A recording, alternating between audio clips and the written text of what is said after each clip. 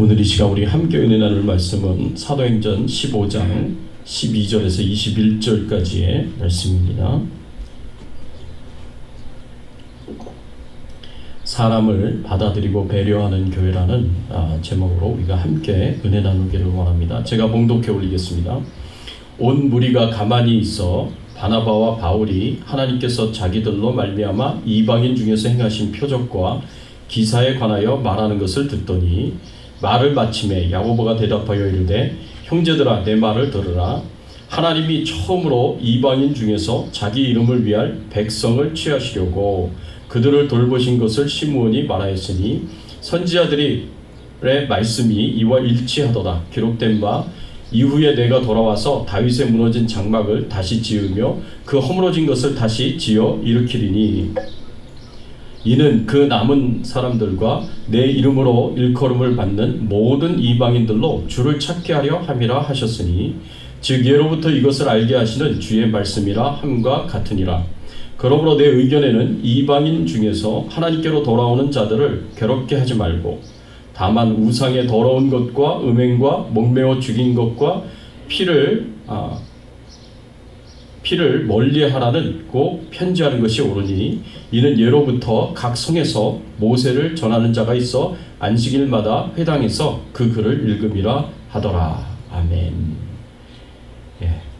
여러분 우리가 계속해서 하나님의 뜻에 맞는 그런 교회는 어떤 모습인가? 하나님이 처음부터 계획하시고 디자인한 교회의 모습은 어떤 모습이었는가를 말씀을 통해서 계속해서 우리가 살펴보고 있습니다. 오늘은 우리가 교회 안에서 나와 다른 사람에 대해서 어떻게 대해야 되는가? 우리가 다 똑같은 사람들이 아니거든요. 다 저마다 다른 생각을 가지고 있고 다른 마음을 가지고 있습니다. 또 원하는 것도 다 다릅니다. 이렇게 나와 다른 사람들을 우리가 어떻게 대해야 할 것인가? 오늘 말씀을 통해서 우리가 함께 은혜를 나누고 또 말씀을 나누기를 원합니다. 여러분 초대교회는요 유대인들 중심의 교회였습니다. 예루살렘에 세워진 초대교회는 이스라엘 백성들, 유대인들 중심으로 세워진 교회였어요. 그렇기 때문에 이 유대인들이 그리스도인들이 성도들이 이 이방인 그리스도인들이 예수 그리스도를 믿고 교회에 들어오는 것에 대해서 점점 이 부분에 대해서 어떻게 대해야 할 것인가 심각한 이제 논의가 있었습니다. 이방인 그리스도인들이 예수 그리스도를 믿고 구원받은 성도들이 되었습니다. 그리고 그들이 세례까지 받았어요. 그리고 성령까지 받았어요. 그런 모습들을 보면서 유대인들이 이 이방인들을 받아들여야 되는데 그런데 이 유대인 성도들의 입장에서 보면은 이방인 성도들이 마음에 들지 않는 거예요. 왜냐하면 이방인 성도들은 이 타락하고 부패한 그런 죄악 가운데 살았던 사람이라고 생각이 되기 때문에 그래요. 부정한 사람이라고 생각이 됩니다. 하나님의 율법의 말씀에 철저하게 순종하려고 애를 쓰고 노력하였던 경건한 이 유대인들의 눈으로 봤을 때 이방인들은 이 율법도 없고 그리고 하나님도 없어 보이는 그리고 타락하고 부정한 그런 사람들인 거예요. 그런데 그런 사람들이 예수 믿고 구원받았다고 해서 그런 사람들을 교회로 받아들여야 하느냐, 이게 정말 이게 굉장히 힘든 일이었습니다. 그래서 이방인들이 교회에 오는 것에 대해서 이 유대인 성도들은 어떻게 말을 했냐면 할례를 받아야 된다. 그리고 율법도 지켜야 된다. 그래서 그러면 우리가 교회에서 받아들일 수 있다라고 이렇게 이야기를 했습니다. 그래서 초대교회 안에서 유대인들이 이 복음에 대해서 오직 믿음으로만 구원을 받는다라는 이 복음의 핵심, 이 중요한 교리에 대해서 변질시켜서 다른 복음을 이야기하는 그런 일이 생기게 되었습니다. 이 엄격한 경건함을 추구하였었던 일부 유대인 성도들이 생각할 때 이 부정해 보이는 이방인 성도들이 구원받기 위해서는 예수만 믿으면 안 된다. 그걸로 충분하지 않다. 너희들 할례도 받아야 되고 율법도 지켜야 된다. 그래야 구원받을 수 있다라고 그렇게 가르쳤고 전했습니다. 유대인 성도들은 어떻게 이 이방인 성도들을 결국 하나님의 교회의 일원으로 받아들일 수 있었느냐? 하나님의 가족의 한 구성원으로 이 이방인 성도들을 받아들일 수 있었느냐? 오늘 본문의 최초의 예루살렘 공의회는 바로 이 문제를 다루기 위해서 이루어지게 되었습니다.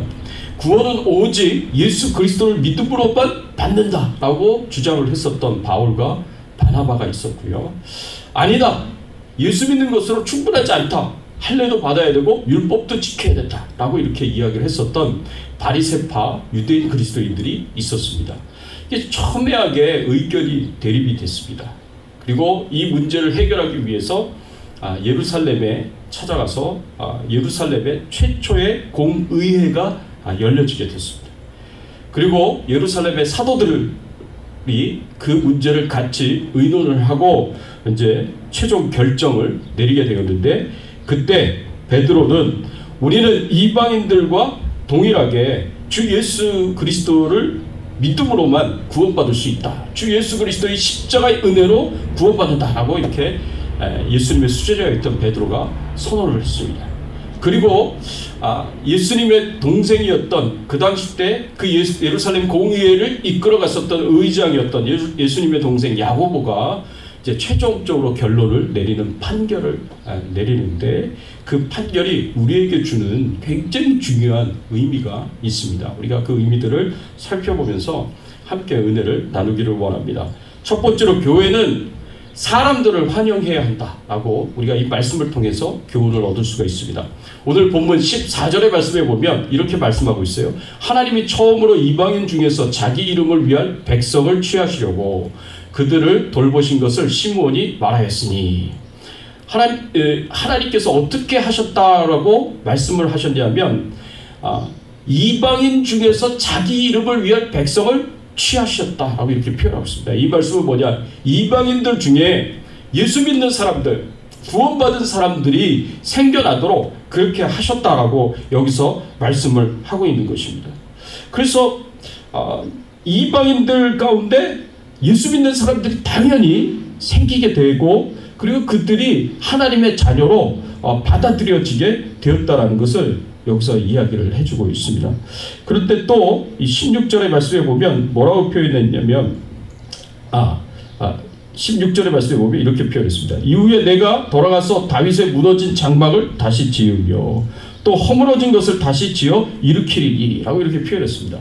이 표현은 뭐냐면 이 땅에 메시아로서 예수님이 오셔서 다윗의 무너진 장막을 다시 짓고 그 허물어진 것을 다시 일으킬 것이다 라고 이렇게 말씀을 하고 있습니다. 이 말씀은 뭐냐면 다윗의 왕위를 메시아로 오신 예수님이 이어받게 될 것이고, 다윗의 왕위를 이어받아서 하나님 나라의 왕이 되시고 교회의 왕이 되게 될 것이다 라고 이렇게 말씀을 하고 있는 것입니다. 그래서 예수님께서 교회를 세우실 것이고 교회의 왕이 되실 것이다 라는 것을 말씀하는가 동시에 17절 말씀에 보면 또 어떻게 말씀하고 있냐면, 이는 그 남은 사람들과 내 이름을 일컬음을 받는 모든 이방인들로 주를 찾게 하려 함이라 하셨으니, 그렇게 해서 그 교회 안에, 그 하나님 나라 안에 들어갈 수 있는 사람이 어떤 사람들이라고 여기서 표현하고 있냐면 남은 사람들, 이거는 이스라엘의 남은 자들이라고 이야기할 수가 있습니다. 그래서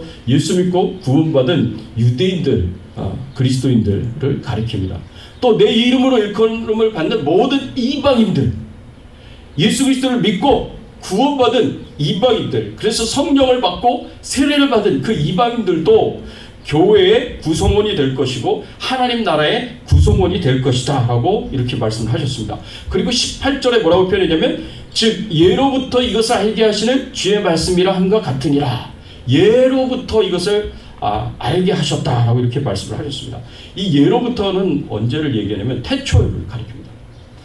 하나님께서 교회를 세우시고 하나님 나라를 세우시고 그 하나님 나라와 교회에 들어갈 백성들로 유대인의 남은 자들, 그리고 이방인들 중에 예수 믿고 구원받은 자들이 같이 들어가게 될 것이다 라고 하나님께서 태초에서부터 그 계획을 세우셨다는 거예요. 그게 하나님의 뜻이었고 하나님의 계획이었다는 것입니다. 그래서 이를 선지자들이 구약시대 때부터 계속 예언해 왔습니다. 그런데 이런 사실에 대해서 초대교회 당시 유대인들은 잘 알지 못했고 뿐만 아니라 이것을 받아들이려고 하지도 않았습니다. 유대인들이 보기에 이방인 성도들은 여전히 타락하고 부패한 삶을 살아가는 이 부도덕한 죄인들이에요. 그리고 율법 없이 자유분방한 삶을 살아가는 그런 사람들이었습니다. 이 자유주의자들처럼 보였습니다. 경건한 삶을 추구하는 유대인들 성도들이 보기에 이방인 성도들이 정말 예수 믿고 구원받은 사람이 맞는지 의심이 될 정도로 이 받아들이기가 힘들었다는 것입니다. 그래서 이방인 그리스도인들을 교회에서 계속해서 배척하고 구원받기 위해서는 할례도 행해야 되고 율법도 행해야 된다라고 그렇게 전하고 가르쳤던 것입니다. 여러분, 이것이 바로 초대교회의 모습이었어요. 유대인 성도들은 이방인 성도들을 받아들이려고 하지 않았습니다. 이것이 하나님께서 태초에서부터 계획한 것인데도 불구하고 선지자들을 통해서 계속해서 말씀하시고 강조하신 것인데도 불구하고 하나님의 교회는, 하나님의 나라에는 유대인의 남은 자들뿐만 아니라 유대인 성도들뿐만 아니라 이방인 성도들도 함께 참여한다는 것을 말씀하고 가르치셨는데도 불구하고 실제로 초대교회 안에서는 이 유대인 성도들이 이방인 성도들을 받아들이려고 하지 않았다라는 겁니다. 여러분, 오래전에 미국 북쪽 지방에 사는 어떤 직장인 한 명 있었습니다. 크리스천이었어요. 근데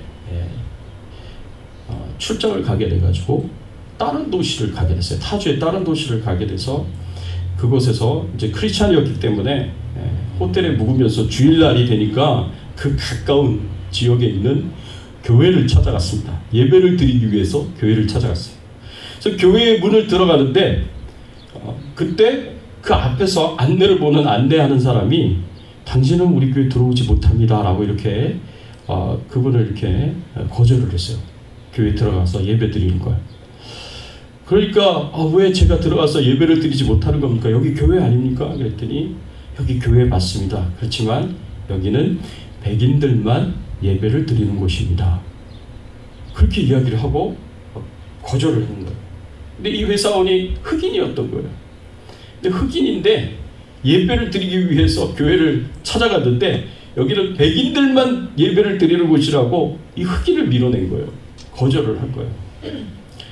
그런 일이 있었습니다. 그래서 이 사람이 참 낙심을 하면서 교회 앞 계단에서 바깥에서 안에서 찬송 부르는 그 소리를 들으면서 같이 찬송하고 거기서 기도를 하고 있었는데 어떤 사람이 와가지고 자기 어깨를 두들기면서 왜 여기 있냐고, 왜 들어가서 예배를 안 드리냐고 그랬더니 제가 피부 색깔이 검다고 예배를 드리지 못하도록 거절을 당했습니다.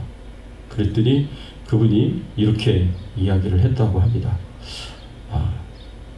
당신도 못 들어간 거냐고, 나도 못 들어갔다고. 알고 봤더니 그분이 예수님이셨다는 거예요. 여러분, 예수님도 들어가서 그곳에서 찬송을 받으셔야 되고 예배를 받으셔야 예수님도 거절을 당한 거예요. 그런 이야기가 있습니다. 여러분, 아직도 이런 교회가 미국에 있는지 잘 모르겠습니다. 그렇지만 예전에는 피부 색깔 때문에 교회에서 서로 받아들이는데 큰 걸림돌이 있었습니다. 교회는 사람을 받아들이고 환영해야 되는데, 유대인들은 이방인들을 받아들이고 환영해야 되는데, 죄가 아니라면 그 어떤 것도 걸림돌이 되지 않아야 되는데 이렇게 서로 배척을 하고 받아들이지 않는 모습이 교회 안에서 있었습니다. 오래전에 대학을 다니던 한 자매가 있었습니다.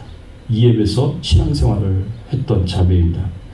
교회에서 단기 선교로 캄보디아로 단기 선교를 떠났어요.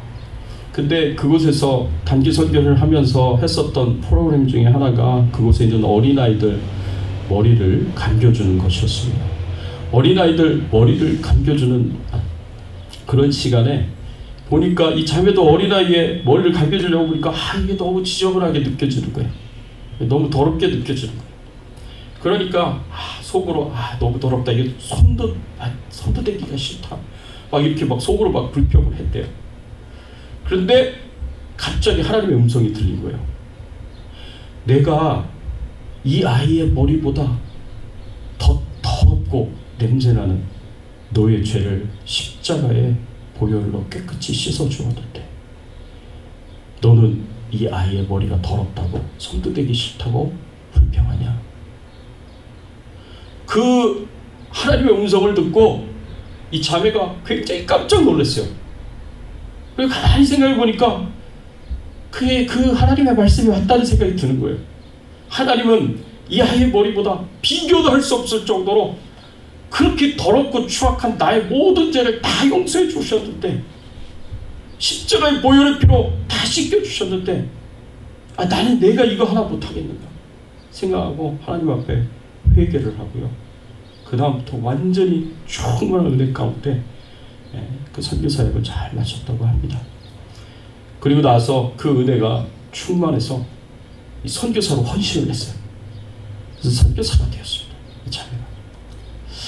여러분, 사람이 무엇이 사람을 더럽게 만드는 겁니까? 우리가 더러운 것을 만지고 더러운 삶을 만지면, 사람을 만지면 그게 더럽게 되는 겁니까? 진짜 더러운 것은요, 우리 마음속에 있는 죄악이에요. 내 안에 있는 죄악이 진짜 더럽고 추악한 거예요. 사랑하는 성도 여러분, 우리는 교회 안에서 나와 다른 사람에 대해서 우리가 환영하고 받아들여야 합니다. 유대인 성도들이 이방인 성도들을 더럽다고 추악하다고 부패했다고 그렇게 거절하듯이 그렇게 거절하면 안 됩니다. 어떤 사람이라도 우리가 받아들일 수 있어야 되고 환영할 수 있어야 됩니다. 유대인은 이방인을 유대인을 이렇게 서로 받아들이고, 그렇게 우리는 하나님 안에서 한 가족임을 우리가 받아들여야 되는 거예요. 이것이 성경에서 우리에게 가르쳐주는 교훈입니다. 그래서 우리는 서로 환영할 수 있어야 돼요. 또 우리는 어떤 교회가 되어야 되느냐? 교회는 서로 이해하고 배려해야 합니다. 서로 이해하고 배려해야 돼요. 여러분 19절 말씀해 보니까 이런 말씀이 있어요. 그러므로 내 의견에는 이방인 중에서 하나님께로 돌아오는 자들을 괴롭게 하지 말고, 내 의견에는 이방인 중에서 하나님께로 돌아오는 자들을 괴롭게 하지 말고 라고 이렇게 표현을 했습니다. 이게 이제 야고보 사도의 결론인 거예요. 유대인들을 향하여 뭐라고 얘기를 했냐면, 이방인 중에서 하나님께로 돌아오는 자들을 괴롭게 하지 말라라고 그렇게 결론을 내린 거예요. 땅 판결을 내린 거예요. 유대인들에게 이방인 성도들이 할례를 행해야 되고 율법도 행해야 너희들이 구원받을 수 있다라고 이렇게 계속해서 지속적으로 반복적으로 그렇게 괴롭게 하지 말라는 겁니다. 왜냐하면 율법을 행하는 것과 할례를 행하는 것이 구원받는 것과 아무 상관이 없기 때문에 그렇습니다. 우리가 율법을 행해야, 우리가 할례를 행해야 구원을 받는 게 아니기 때문에 그렇습니다. 그거는 구원받은 자의 앞으로의 삶은 하나님의 말씀에 순종하는 삶이 돼야 되죠. 그렇지만 우리가 구원받은 건 오로지 예수 그리스도를 믿음으로만 구원받기 때문에 구원과 상관없는 할례와 율법을 가지고 구원받기 위해서는 이것도 행해야 된다, 이렇게 이방인들을 괴롭게 하지 말라고 그렇게 결론을 내립니다. 그리고 이방인들에게는 어떤 중요한 교훈의 말씀을 전하냐면 20절 말씀해 보니까 이렇게 표현하고 있어요. 다만 우상의 더러운 것과 음행과 목매어 죽인 것과 피를 멀리하라고 편지하는 것이 옳으니라고 이렇게 표현을 했습니다. 이 말은 뭐냐면 이방인들에게는 우상의 더러운 것, 음행, 목매어 죽인 것과 피를 멀리하라고 그렇게 판결을 내렸습니다. 여러분, 여기서 우상의 더러운 것과 음행, 목매어 죽인 것과 피를 멀리하라는 것은 그런 유대인들이 이것을 혐오하기 때문에 그렇습니다. 그동안 율법의 말씀에서 이 부분들에 대해서 철저하게 금지하는 그런 명령을 내렸고, 그리고 그것을 당연한 것으로 알고 평생 이렇게 노력하면서 살아왔었던 삶이기 때문에 그렇습니다. 그래서 유대인들이 정말 혐오하고 정말 싫어하는 것들, 이런 것들 멀리하라고 그렇게 지금 야고보 사도가 판결을 내린 거예요. 우상의 더러운 것은 뭐냐? 그 우상에게 드려진 고기 제물을 가리키는 거예요. 우상에게 바쳐진 고기 제물, 그거 멀리하라는 거예요. 유대인들은 우상에게 드려진 고기 제물을 그거를 먹는 것은 그는 우상 숭배에 참여하는 것과 똑같다라고 그렇게 생각을 하기 때문에 철저하게 우상에게 드려진 고기 제물에 대해서는 철저하게 가까이 하지 않았습니다.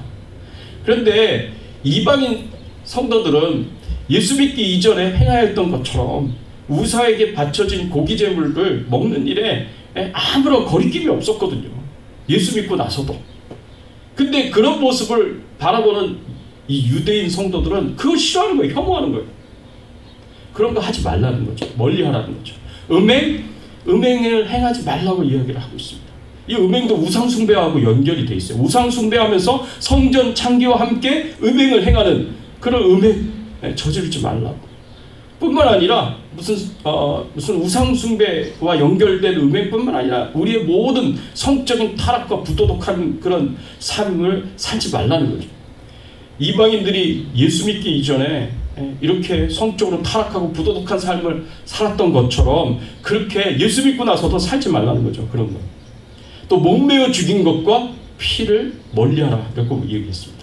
이 목매어 죽인 것은 뭐냐면 피를 흘려서 죽이는 게 아니라 그냥 목매어 죽는 것은 피 흘리지 않고 죽이는 거예요. 그렇기 때문에 그 고기에 피가 여전히 남겨져 있어요. 그래서 고기를 먹으려고 할 때는 피채로 먹지 말라고 그렇게 가르쳐 왔지 않습니까? 그러니까 유대인들은 이거 철저하게 지키거든요. 피를 다 뽑아내고 다 쏟아내고 그리고 쏟아낸 그 고기만을 먹거든요. 그런데 이제 이방인들은 목매어 죽인 것, 그냥 피를 쏟아내지 않은 채로 피채로 먹는 고기에 대해서 그렇게 자유롭게 먹으니까 이 유대인들의 입장에서 보면, 유대인 성도들의 입장에서 보면 자기들은 이거 철저하게 지키면서 살아왔었고 이렇게 사는 삶이 너무나 당연한 삶이고 이렇게 살아야 된다고 그렇게 생각을 해왔고 그것이 삶이 되었고 문화가 되었던 그런 부분들이에요. 이런 부분들. 그런데 이방인들은 이런 삶을 살지 않았고 당연히 이런 삶을 살아야 된다고 생각도 못하고 그냥 자기가 여전히 살던 대로 그렇게 계속 살게 된다 그러면 유대인들 성도와 이방인 성도들이 서로 교회 안에서 하나가 될 수가 없는 거예요. 서로 연합이 안 되는 거예요. 한 가족으로 교회 구성원으로 받아들이는데 이게 걸림돌이 되는 거예요. 이런 부분들이.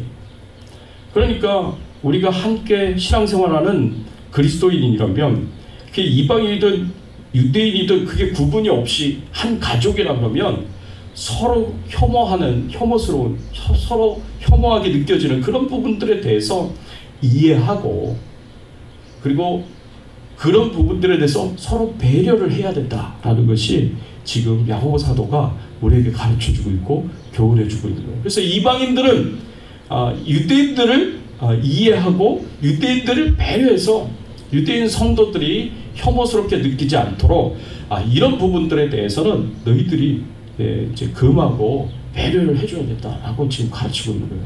또 다른 이유가 있다면 21절에 이렇게 표현하고 있어요. 이는 예로부터 각성에서 모세를 전한 자가 있어 안식일마다 회당에서 그 글을 읽음이라 하더라. 각 성에는 유대인 회당이 있어요. 거기서 율법을 가르치고 율법을 전합니다.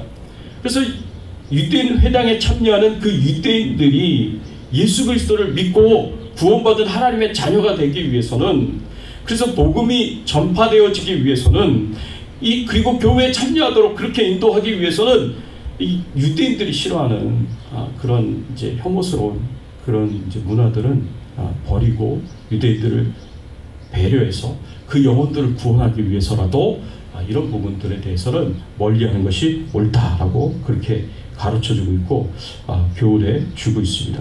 그래서 야고보 사도가 유대인들에게는 율법과 할례를 이방인들에게 강요함으로 괴롭게 하지 말고 이방인 성도들은 유대인들이 혐오스럽게 생각하는 것들로부터 멀리하라고 최종 결론을 땅땅땅 내림으로 인해서 교회는 이방 선교의 큰 걸림돌을 제거하게 됩니다. 그래서 교회 안에서 유대인 성도들과 이방인 성도들이 함께 서로 이해하고 배려하면서 서로 받아들이면서 함께 신앙생활을 할 수 있도록 그렇게 판결을 내렸습니다.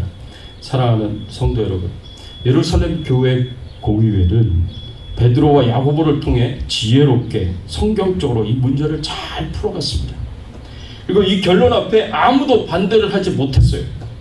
초대교회 기둥과 같은 사도 둘이서 베드로와 예수님의 수제자 베드로와 예수님의 동생 사도 야고보가 진리의 말씀으로 결론을 내렸는데 누가 반대를 하겠습니까?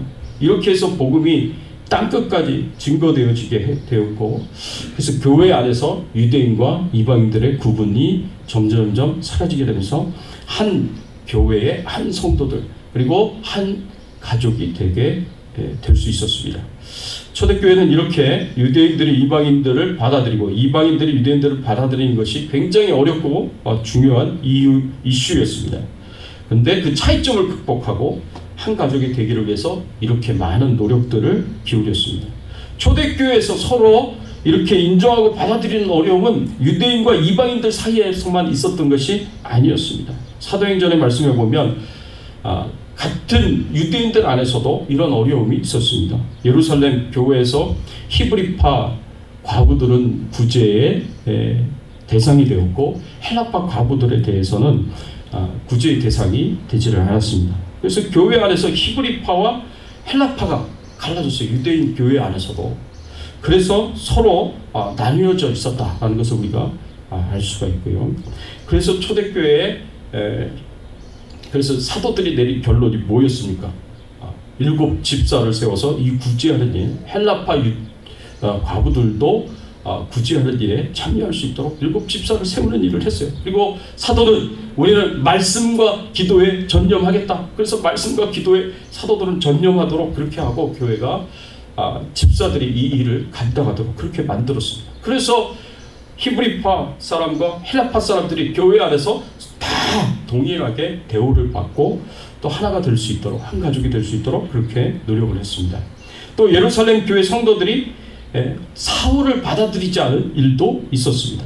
스데반 집사님을 죽이는 일에 앞장을 섰고 초대교회와 성도들을 핍박하는 일에 앞장을 섰었던 그런 사울의 과거로 인해서 예루살렘 교회가 이 사울을 받아들이지 않는 거예요.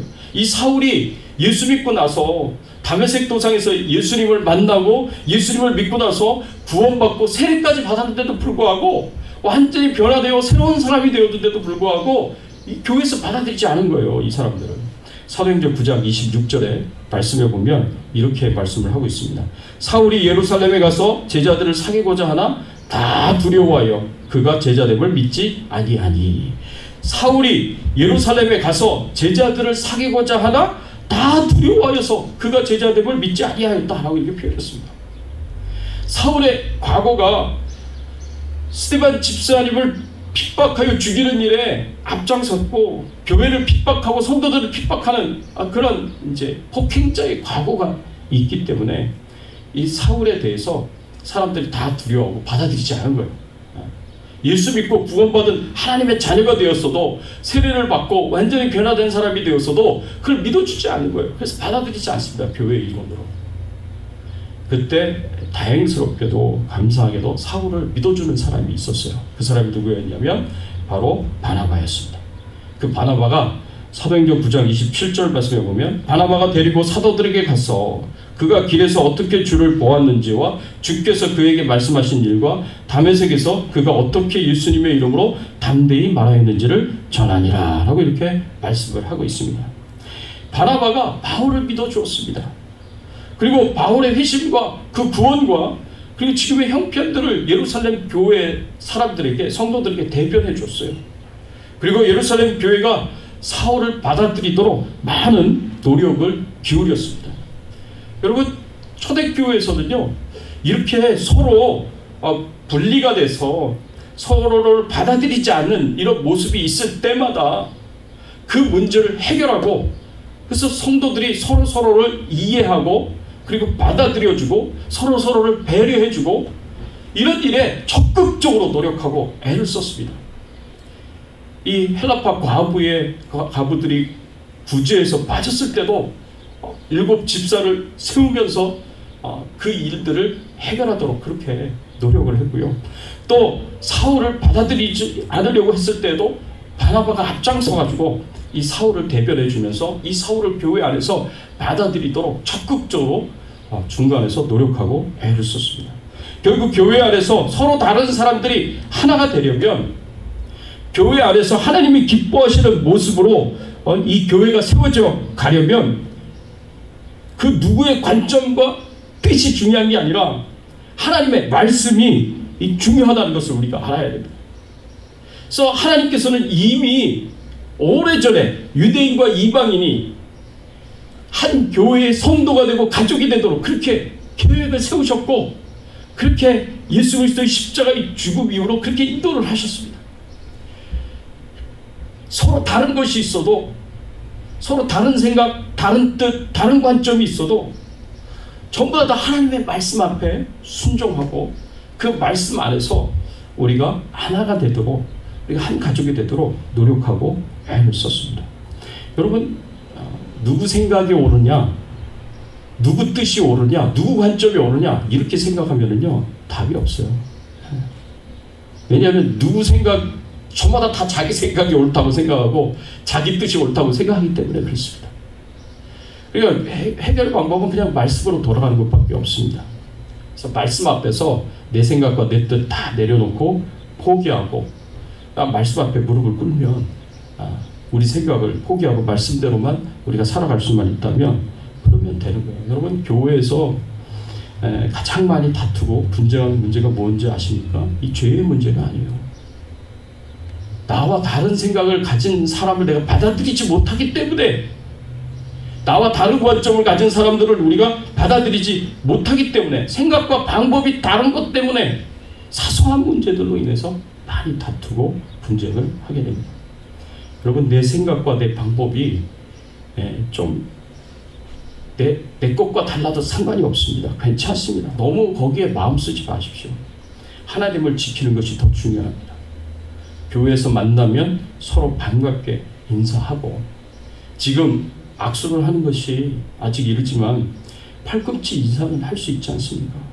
이 힘들고 어려운 때에 우리가 서로를 이해하고 받아주고 서로를 배려하면서 격려하고 그리고 위로하는, 그리고 용기를 주는 그런 말 한마디 건네는 것이 얼마나 지금 이와 같은 때에 중요한지 모릅니다.